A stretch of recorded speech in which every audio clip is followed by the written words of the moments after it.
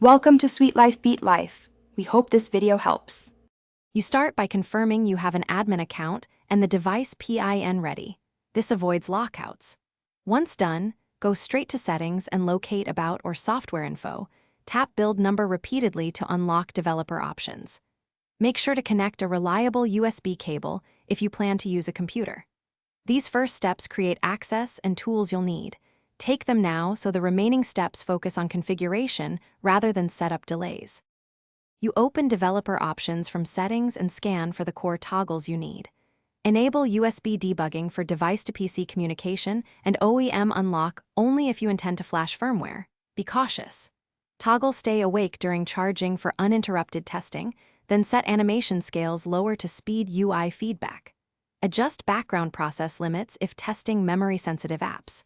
Remember why each option matters: security, performance, and debugging access. Enable only what you need. You finish by confirming the device is recognized by ADB or your diagnostic tool. Run a quick devices command to check connectivity.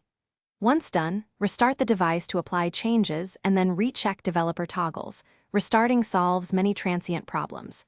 If something breaks, revoke USB debugging authorizations, disconnect and reconnect the cable, and retry authorization prompts. One key tip: if settings aren't sticking, clear Settings app. Thanks for watching. Consider subscribing if we helped you.